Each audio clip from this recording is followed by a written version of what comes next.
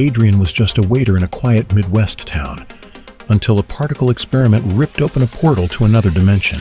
Demons, nightmares, and the dead spill into the world.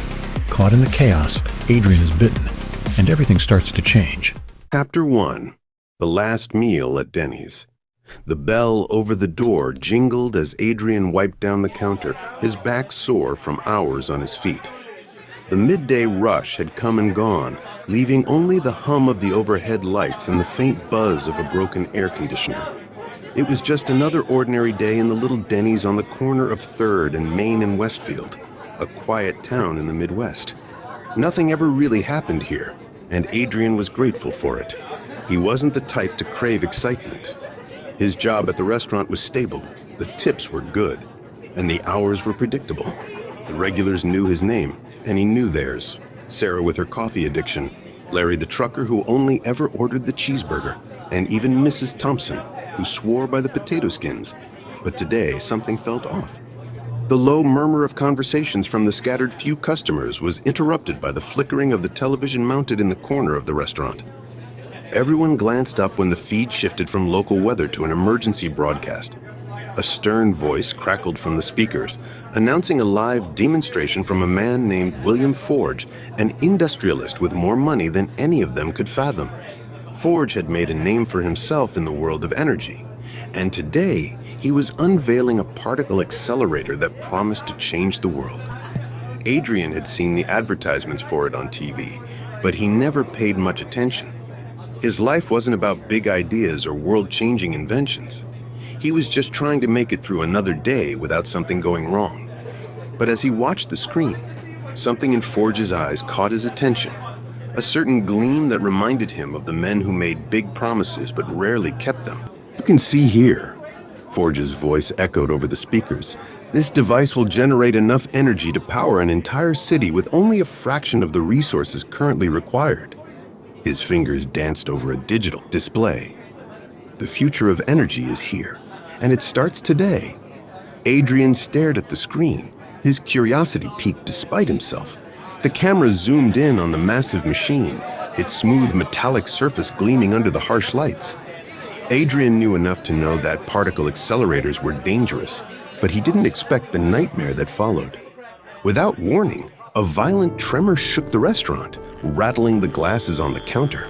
The television screen flickered and then cut to static, the sound of crackling electricity drowning out the announcer's voice. The lights above flickered once, twice, and then went out, plunging the room into darkness for a heartbeat. Then came the sound, the awful, deep, spine-chilling sound of something tearing through the fabric of reality itself. It was like the world cracked open, a low hum that seemed to vibrate through Adrian's bones. And then the air grew heavy.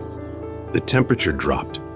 The hairs on his neck stood up, not from the cold, but from something far worse. And then they came.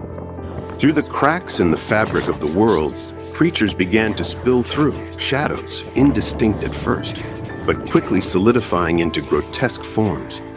The patrons in the restaurant screamed, scrambling for the exits, but the door wouldn't budge. Something had locked them in. A screech split the air as Adrian turned to the source of the noise, a bat-like creature, its body too large for its wingspan, its eyes glowing with an unnatural red light. Before Adrian could even react, the creature darted across the room, its claws slashing through the air. It caught Adrian's neck, sinking its fangs deep into his skin. Pain exploded through him. He fell to the ground, the blood flowing freely from the wound. He heard someone scream, but it wasn't him. The world spun around him, and his vision blurred. Chapter 2. The end of normal. Adrian's heart thundered in his chest as the bat-like creature retreated, leaving him bleeding on the floor. His neck felt like it was on fire, the wound burning as if something inside him was changing. His vision was a haze of red, and his body felt heavier with each passing second. He could hear the sounds of panic.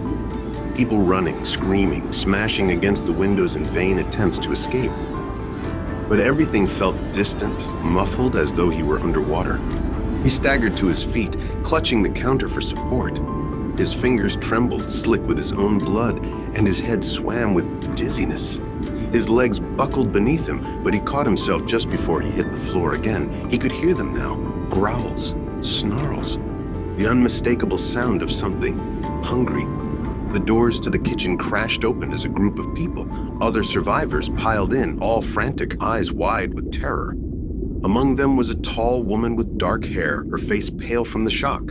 She locked eyes with Adrian, seeing him collapse to the ground again, his blood staining the tiles. "Oh my God, you're bleeding out," she screamed, her voice trembling as she rushed to his side. Adrian didn't have the energy to respond. He could feel the blood seeping from his neck, the pulsing warmth of it, but the pain wasn't the worst of it. No, the worst was the growing hunger gnawing at him. It started in the pit of his stomach, but now it was in his bones, in his blood, whispering at the edges of his mind. The woman pressed a cloth to his neck, but it didn't seem to help. The bleeding was too much, too fast. Another figure loomed over him, an older man with a thick gray beard and a stern look in his eyes. He wasn't trying to stop the bleeding. Instead, grabbed Adrian's wrist and checked his pulse. "It's too late," the old man muttered. "There's nothing we can do for him." Adrian barely heard them. His ears were ringing, his pulse throbbing painfully in his skull. There was something in the air, a heavy, acrid smell, like burning metal. He couldn't focus. All he could do was think about one thing, the hunger, the gnawing, primal urge that surged up from deep within him. It was insatiable. It wanted something. "Get him out of here," a voice shouted from behind them. Adrian barely had time to register it before he felt himself being hoisted to his feet. The older man's grip was surprisingly strong, though Adrian couldn't focus enough to make sense of what was happening around him. His vision blurred once more as they dragged him out the back door, into the alleyway behind the diner. Outside, the world had descended into chaos. The sky above had turned a sickly shade of purple, and in the distance, the ground seemed to ripple with an unnatural energy. Fires burned everywhere, and strange, flickering shadows twisted through the air, casting grotesque shapes on the broken pavement. What the hell happened? Adrian gasped, his voice raw as he was dragged along. "What's going on?" "We're getting to the shelter," the woman said, her voice shaking. Adrian's head spun as they half walked, half carried him down the alley. His legs didn't want to work. Every part of him felt alien, as if his body were no longer his own. And the hunger, it was getting worse. Stronger? The sharp pain in his neck hadn't subsided, but there was a strange sensation building in his chest, like a cold fire spreading through his veins. "We need to get him to the shelter," the old man said again.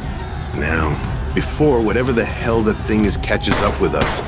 Adrian tried to protest, but the words wouldn't come. Instead, he reached out, his hand trembling, and grasped the woman's sleeve. She looked at him in surprise, but her expression softened when she saw the pleading look in his eyes. "What's wrong with him?" she asked, her voice trembling. "I don't know," the older man admitted, "but whatever it is, it's only going to get worse." As the world burns, Adrian's body begins to shift. He should be dead, but something won't let him go. If you're enjoying the ride into the dark, don't forget to like, subscribe, and stay tuned here on Survival Horror Ambience.